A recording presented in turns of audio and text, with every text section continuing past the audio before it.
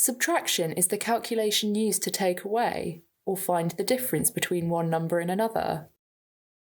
In some column subtractions, we need to exchange across the place value columns. But what does this mean? Let's have a look at an example. Imagine we want to calculate 4,257 subtract 835. Let's use both a place value chart and the written method to illustrate this example.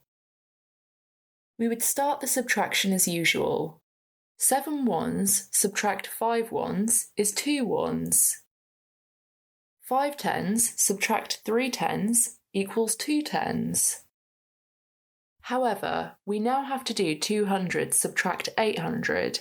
The 200s are smaller than the 800s, so how can we continue subtracting? Well, to complete this part of the subtraction, we need to exchange one of the thousands for 10 hundreds. In our written subtraction, we would show this by crossing out the 4, changing it to a 3, and adding a 1 above the 2 in the hundreds column. We can now continue the subtraction. 1200 subtract 800 equals 400.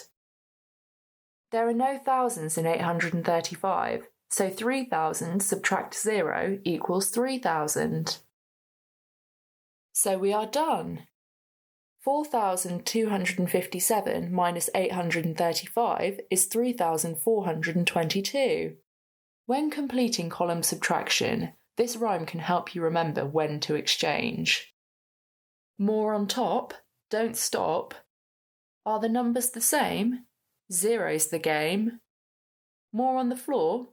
Pop next door and get 10 more.